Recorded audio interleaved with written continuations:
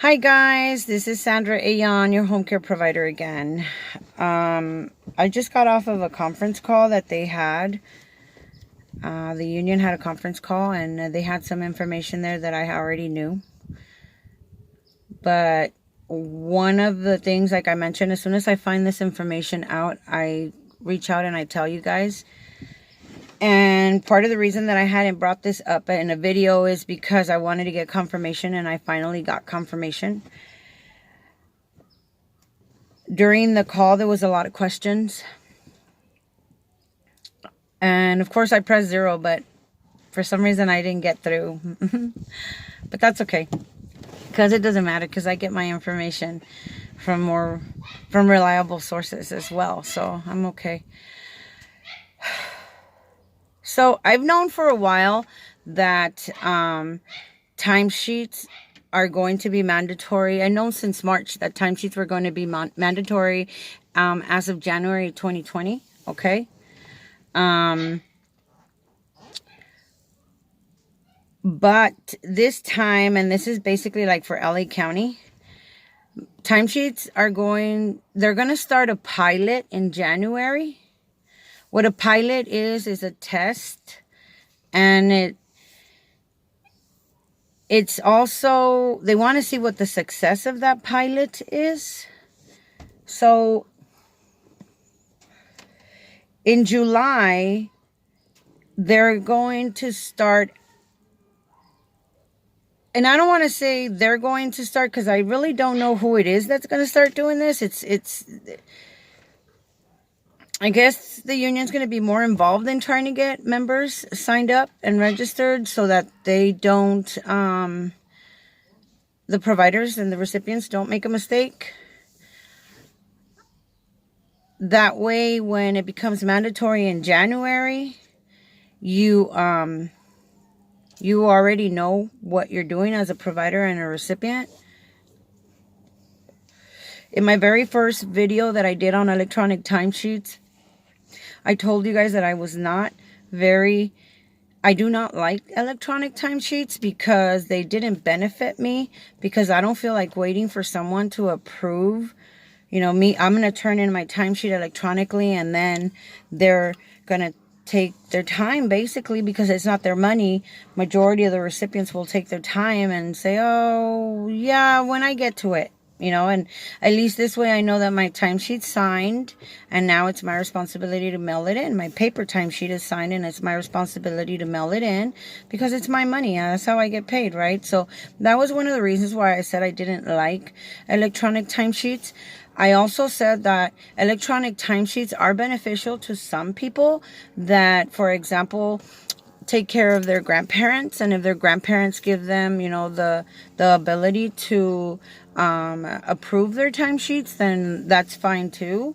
If you're taking care of your daughter or your son, you create an email for them, and then you register them on electronic timesheets, and then you enroll yourself as a provider as electronic timesheets, and you also have an email address, and you have access to entering your timesheet electronically, and you also have access to approving your timesheet electronically. So it's beneficial for some people, but for other people it's not. But I wanted to mention, the reason I'm doing this video is because the president of the union, April Barrett, said that there was a comment from one of the young ladies that said that she'd rather stay with paper timesheets and she really doesn't want to do electronic timesheets. Well, my question is, the state is making this mandatory as of January 2020. So why would April Barrett say that you can contact your social worker and appeal the electronic timesheets? That's what caught my attention. If the state is making it mandatory, by her saying that, that lets me know, it gives me an understanding that there's going to be exceptions made. And not only that, but if there's going to be exceptions made, what are the criterias? So when I press 0 to talk to someone and ask them, of course, they didn't take my call. So tomorrow morning, I'm going to reach out to the contacts that I have. And I'm going to ask them. I'm going to ask them about this statement that we can contact our social worker, or the recipient can contact their social worker and appeal the electronic timesheets. And that's what I'm going to do tomorrow, because I don't understand. Once again, the question is, why, if the state is making it mandatory, how is it that there's going to be exceptions? And what are the exceptions that are going to be made? What are the criteria that are going to be under those exceptions? So it's an unanswered question, but I wanted to bring it to your attention that as of July, LA County is going to be the county that's going to be the pilot county to see if this electronic timesheet portal system works. There's a lot of questions. For example, my grandma is 92 years old. She doesn't know what a Gmail is. She doesn't know what Yahoo is. She doesn't know what electronic mail is. I had a young lady. She's so funny. I can't remember. I can't remember kind of who told me, but she said, well, I can send you, something electronically.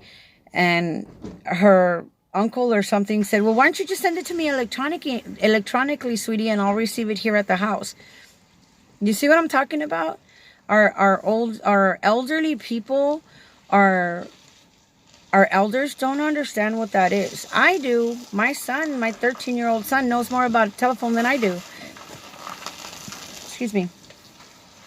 But there's going to be a lot of problems. So hopefully here before June, I will definitely have those tutorials ready for you so that you guys can look at my videos and know how to enroll as a provider in the electronic timesheets.